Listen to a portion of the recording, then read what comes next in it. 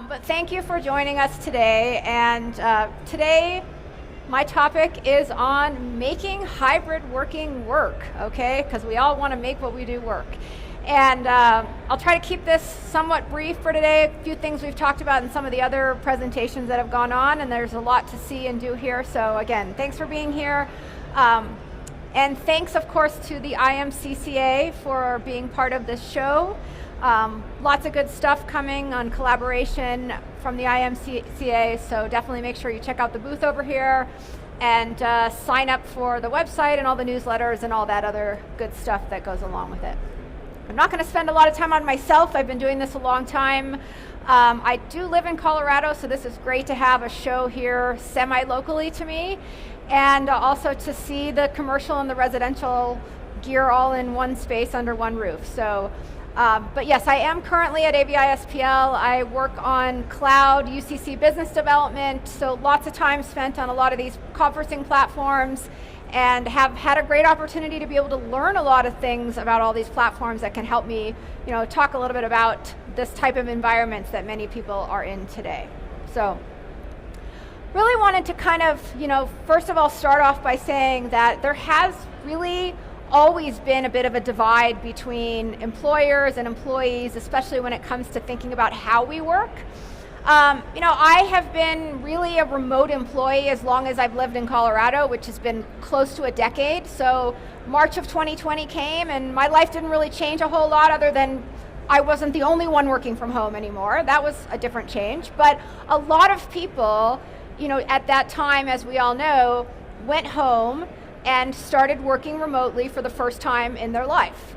And I think when that happened, a lot of people that maybe had a thought or a feeling about remote work maybe changed their minds a little bit when they had an opportunity to experience it. I know in my house, there were certainly a lot of times that my partner couldn't figure out how I couldn't get all this stuff done during the day because I was home. And I'm like, yeah, well, just because I'm there doesn't mean I'm going to unload the dishwasher or go do this or do that, because I'm actually working. And, he came home and then realized, oh yeah, you actually can just work here and not get all that stuff done during the day. And I'm like, now you understand. But, he had been working in an office for 30 years. And so it's hard to, see that until you're there. But it really collectively sort of changed how many of us feel about remote work. And, collectively as a society, we started to have different thoughts. It wasn't just like, oh, that small group of people out there that work remotely, they're not like the rest of us. We all kind of got a taste of that once the pandemic took place. This slide, I know, David, you showed it in your earlier presentation. A lot of really interesting, I'll say, quotes about people and their thoughts about remote work. And, since we created the slide, there's probably could fill another slide with a bunch of different other people. The term quiet quitting, I feel like, is something we've heard a lot this past summer, this year especially. And it's an interesting term because it's not really quitting at all. It's really referring to people who are sort of like just doing the bare minimum on their job, right? And they're doing their job, but they're kind of just doing it to do it, and they're not giving any extra. They've kind of said, you know what, this is my job, and anything outside of that, I'm not doing. And it's kind of interesting because it really starts to make you wonder, like, what is it about their job? Are they not feeling appreciated? Are they not feeling like they're doing fulfilling work? Why are they in a role that they don't actually want to give their best at? And so it's really raised some interesting questions, and maybe starting to look at what has changed during the pandemic. Again, we were all, many of us, at home for a long time. Anytime you have your world shift in this way, you kind of start to think about what's important to you, and kind of maybe starting to look at where your life priorities are, where does work fit into all that.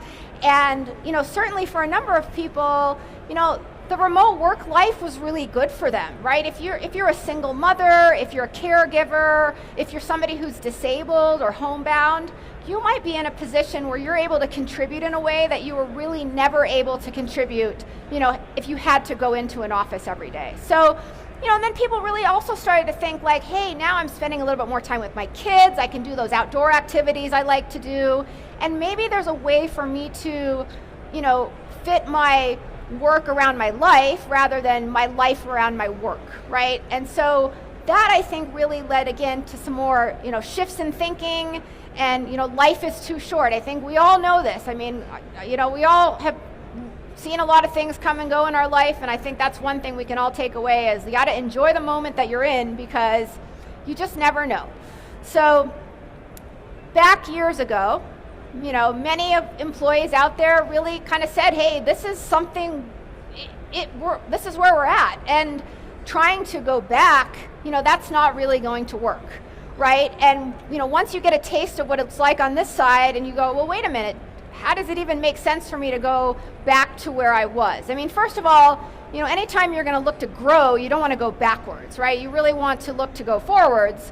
And the data, shows that there are really a number of people out there that if they had to go back to a fully in-office role, they would quit, okay? And, honestly, just going to be frank here, like, I'm one of those people. I love my job, and I love the team in Colorado, but I live 50 miles away from our office, and I spend most of my day supporting ABI-SPL nationally with our customers and our internal people, on whatever video conferencing platform calls. So for me, if I had to drive 10 hours a week to do my job, that is a lot of time that I might go, either I need to move, or I need to be in a different job, or I need to go look at something else. And it would be for no reason, honestly, because if you're just going to go to an office, you want to go there for a reason. You want to make sure that it's an experience, and you're not just going there to make a big commute, to sit in a desk. And so there's a lot of that going on, and I think there are a lot of people, in that situation, kind of depending on what they did during the pandemic. I didn't move during the pandemic, but we all know a lot of people did up and just go wherever during the pandemic, and then now they're being told, you got to come back. Well, I can't. I moved to the mountains, or I've seen it. So definitely interesting times, for sure.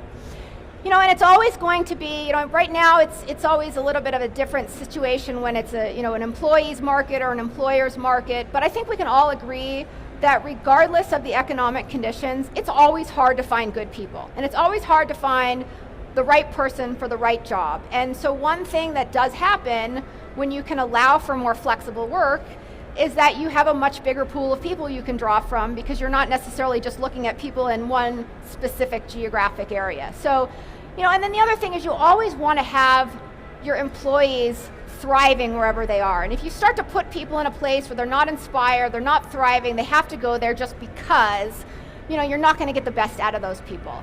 And so it still continues to be a challenge. We haven't settled this debate by far. There's going to be an article next week. Somebody's going to say you got to go one way, and there's going to be another one the next week saying it's better the other way. But, bottom line is there's a lot of cultural and generational gaps in the workforce right now, and people who have deep-seated beliefs about pretty much anything, especially this, it's very hard for them to give those up. So, we just kind of are where we are, and everybody's looking at it from their own lens. And I think for many people it's easy to see their own lens, not so easy to see it through the lens of somebody else in a different environment. So that's where we are today. I think one of my favorite things I say continuously is we are not going back to 2019. And I think we can all agree we don't even want to go back to 2019. But trying to go backwards is, again, not a path to growth. We want to go forward. And it's, continuing to be a debate. People are seeing a lot of false starts. We're going back to the office, we're not going back to the office. We're going back in 3 months, we're not going. I mean, that kind of went on for a couple of years. I felt like it seemed like it first started like in late 2020. There were these ideas, then it was kind of like, oh, we're not going, we're going. And, the thing is, the people who needed to go back went back like 3 years ago, right? The people who were frontline workers, construction workers, they needed to go to a space. They went back a long time ago. And meanwhile, many of the other people who didn't necessarily need to be back every day learned to work in a little bit more flexible way. And the longer the time went on, where they could continue to learn and grow and work in a way that made sense for them, the harder it is to make it make sense to go in a different direction. So, that's where we are. And I think, this is kind of where we are with hybrid work. And to me, hybrid work is just work. I don't even like the word hybrid work, because it's really just where we're at. It's working in a modern way with modern tools and modern technologies. And it's not in the office or at home. It's not this either or, it's just both and how do we use the right space in the right time? How do we configure our spaces in the right way? How do we get the most out of people and really give people the opportunity to thrive regardless of where they are? And again, more and more data will come out saying people are more productive at home, people are more productive in the office. I mean, I've seen it all. Some of it's honestly silly. And also the other thing I question about a lot of that data is we're focusing on productivity. And productivity is not the same as value, right? So it kind of reminds me of like this old Seinfeld episode I saw a long time ago where George Costanza like just pretends to work all day long in the office. And they're like, oh yeah, he's our best employee, he's doing the best job. And it's like, but he didn't actually do anything. But you saw him and you thought he was working all day long, but he added no value, right? So that's kind of where we just look at productivity. Like I can make you really, really, really productive at doing useless things. Is that better? Probably not. Right? So, that's the thing, you got to look at all this and take everything, any study you see on the internet there's a lot more behind it, right? As we all know, that doesn't always paint the whole picture of really where we're at. And, and let's be honest, a lot of businesses would really prefer everybody be back in the office for a variety of reasons. And I understand that, right? But also the best and most innovative and forward-thinking businesses out there realize that if they don't have happy employees, they're not going to keep them. And so they've started to realize, hey, maybe we really would love everybody to be back 100%, but we're going to actually give a little bit of flexibility here because that's the way we keep our best talent. This is the way we keep people in the place where they're happiest and they can really, thrive. And so, you see happier employees when they have autonomy. Nobody likes to be told what to do. We're not 12 years old anymore. You do see higher profits when you don't have to keep hiring people and you don't have all this turnover. And, there can be some cost savings there, no doubt, if you don't necessarily need all the space you have. Certainly, there's environmental savings of not having to, commute for long distances all the time. And, anytime people can spend more time in the rest of their days with their family or whatever their other passions are, again, lots of ideas come to you when you're doing other things. I know for me, I'm a runner and I have all kinds of ideas that come to me about my work when I'm out jogging. And if I didn't have that time to decompress, I don't know, maybe I wouldn't think of those things. Maybe I would, I don't know. And sometimes I literally take out my phone and I will write them down, stop if it's a really good one. But sometimes I wait till I'm done. And then, there's always the debate about real estate, and I think this is one we will continue to see a bit of changing on in the near term is, commercial real estate, sure, they'd love everybody to come back to the office, right? But the thing is that this is also a big opportunity for us because all of us in this room, or most of us in this room, can also see this as an opportunity to make those spaces better and more conducive and better experiences and be the types of, let's use what we know about technology and about human experience to really make those spaces improve for modern work and not just like say, oh, well, they're cutting the space in half, our business is going to go down. No, maybe they're cutting the space in half so they can build more rooms that are collaboration rooms, versus just none of us really make money selling desks and chairs, right? So I don't think so, at least. But there's opportunity there, and we have to look at it that way and, really help our customers create the best use of their space that they have. So kind of going through some of this fast because I wanted to get to really the meat of it, which is like, what can we really do? But the reality is people understand that there is this hybrid work world that we live in. Again, I prefer to call it modern work or really flexible work. And there is going to be a reduction in real estate. Let's just be honest. There is going to be that happening. But there is also an opportunity for investing in that space to create better spaces, which again, we can all be a part of in what we do.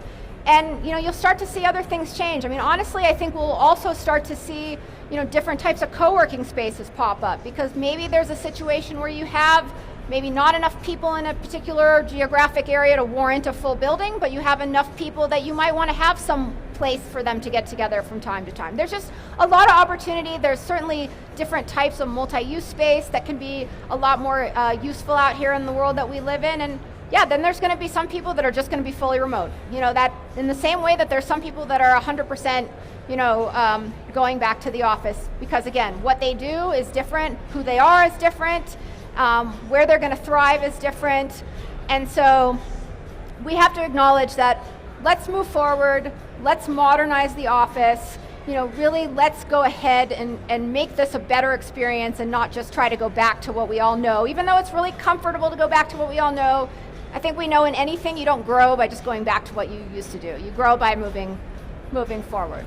So on my checklist, some things we can look at to adapt for successful hybrid working, or really what I again call modern working. And I would say that honestly, of all these things, to me the last one is most important, because you can have all the tools and technologies that are out there, but if you're not training people to be leaders in this world, you're not going to be successful with the people that they have. So I'm going to go through a few of these as well, and again kind of highlight the last one, which in my opinion really is the most important. So I don't think I probably need to tell anybody about cloud meetings. I think most people, if they didn't know about Zoom before March of 2020, they learned then.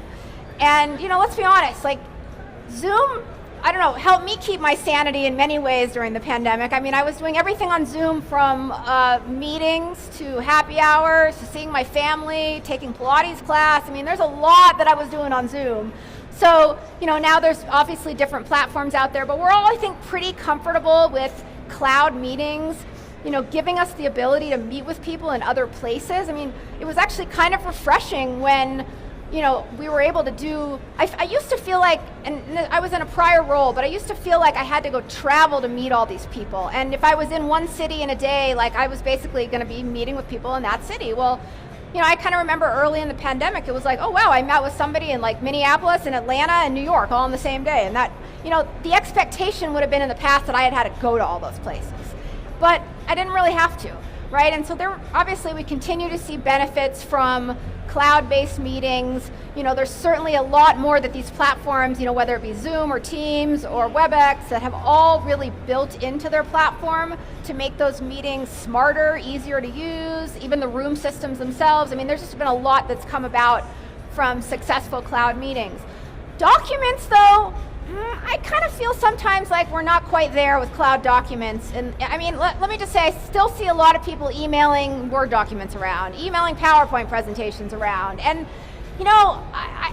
I don't really, I think that's just been something that people haven't grasped as well as maybe they could. I mean, I know I find it just awesome to have cloud documents, because this is one of those cases too where sometimes we schedule a meeting to work on a document together when it's like, well, wait a minute, this is a cloud document. We can be working on this asynchronously, and even maybe like I like to work on it in the morning and somebody else wants to work on it in the afternoon. Again, it's like when they're going to do their best work. Being able to have something in the cloud and work on it that way, then we're not going, okay, who has the latest version? Like, what did I update? Did we track the changes? I mean, there's a lot more, I feel like, I could see people embracing cloud documents than I think they are, at least from my vantage point. Now, maybe there's people out there who are, that's all we do, work in the cloud, and that's awesome, but I think that's something that we can all embrace a little more. I mean, honestly, I use cloud documents just to collaborate with myself, because I like to have something that's in the cloud so that when I want to go look at it later on my phone or my iPad, I can access it from wherever I am. So I'd rather have it in the cloud instead of going, oh, I got to go get my laptop out again so I can edit this document. So that's how I like to do things personally. But big area we can definitely look at differently. I think office configuration, though, is another one. It really doesn't make sense to have a whole bunch of private offices in a world where people aren't in the office every day. Certainly there's a reason why like managers in the past had their own offices, right? They had to have people come in and have private meetings and be able to do things with a closed door. But if those people aren't there all the time, then certainly there still needs to be that private space. But does it really need to be dedicated to one person, or could it be used more effectively with some kind of scheduling systems? And they're out there, and they're actually quite easy to use, where you could just literally scan a QR code, book an office for the day, and it could even send all your phone and everything to you. And there would be no reason for an office to necessarily be dedicated to somebody who was there a day or two a week. And what that actually allows you to do too is to free up more of the space for different types of rooms, maybe larger rooms, maybe more collaborative rooms, maybe just places people can sit down and get together. Because we don't go to the office to just lock ourselves in a room. If that's all we're going to do, I can just do that at home, right? We want to always go to a workplace that is going to help us accomplish something that we can't do at home. And again, inspiring workplace. Like, one of the other things I remember, in the pandemic was maybe it took a long time for people to come back to work, but I noticed that the minute they let people go back to restaurants, everybody wanted to go to the restaurant. In fact, I remember going to Southern California, and they had just lifted the indoor dining mandate, and it was like the most beautiful day outside, and everybody wanted to sit inside because they hadn't been able to do that for a long time. So people want to go to spaces, but they want to go to spaces that they feel comfortable in. And so building those spaces that inspire, and there's just a lot we can do there. There's so much great stuff happening with experiential technology and giving people the ability to feel like this space is really helping me think better, be more creative, collaborate with my peers or what have you. So that's definitely a huge area to kind of make that office a magnet, not a mandate. Because, again, nobody wants a mandate. They want something that they feel empowered to go to and do their best work.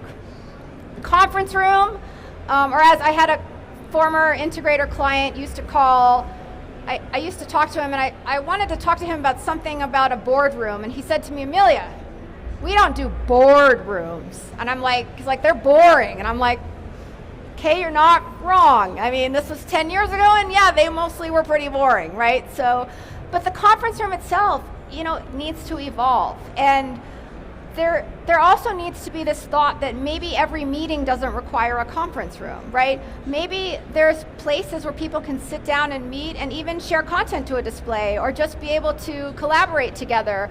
That doesn't have to be a room with a wall, with 4 walls and a door. There are different types of spaces that people like to sit and get together. Just think about the time you've had amazing conversations with people sitting at a bar. Probably because you felt really comfortable in that space and you were just feeling casual and you were able to sort of have that conversation that if you sat in a conference room, those ideas might not come out. You might not feel as comfortable, having those types of conversations.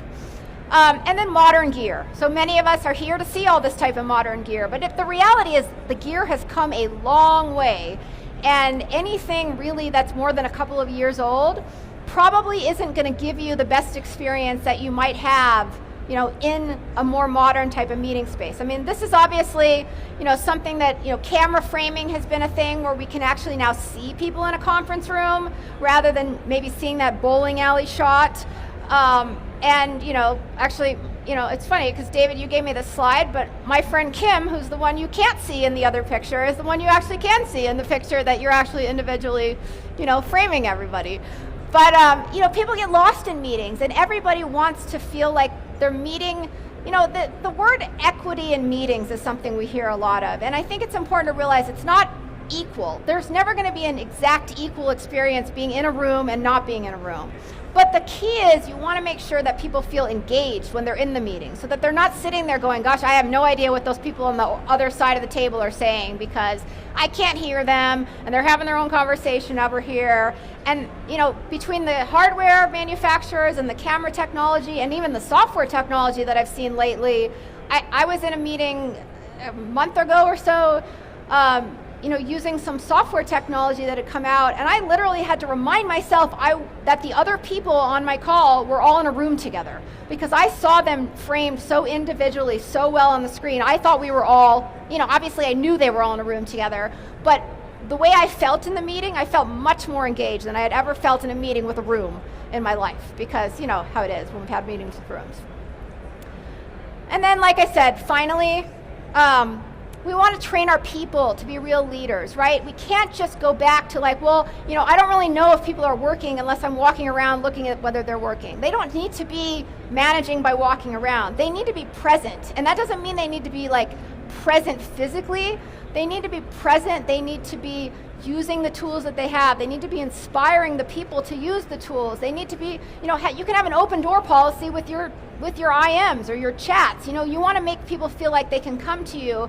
And I think that is something that people are still struggling with, and they don't really know how to manage a remote workforce. They don't know how to lead a remote workforce. And some people that do, they do it really well. I mean, I've got to be honest, like I've had better experience in some case working for remote managers than I have working for managers that I saw every single day. Because, and maybe some people like literally, I have only seen once or twice in my life, but you can get connected to people. I mean, there are people I've actually seen at this show that I've probably seen them like twice in my life.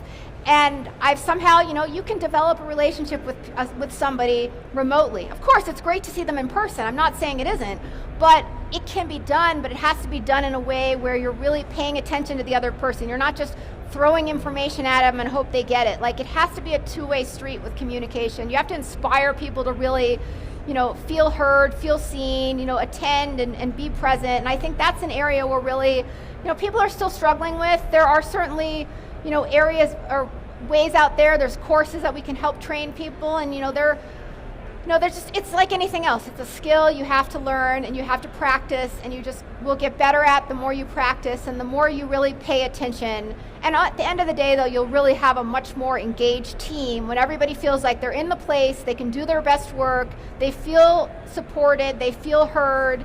You want to make sure that, you have the ability to help your people and support them. And if you're able to do that, then you really can hire a very diverse workforce. You can get really better people into your organization, different types of thoughts.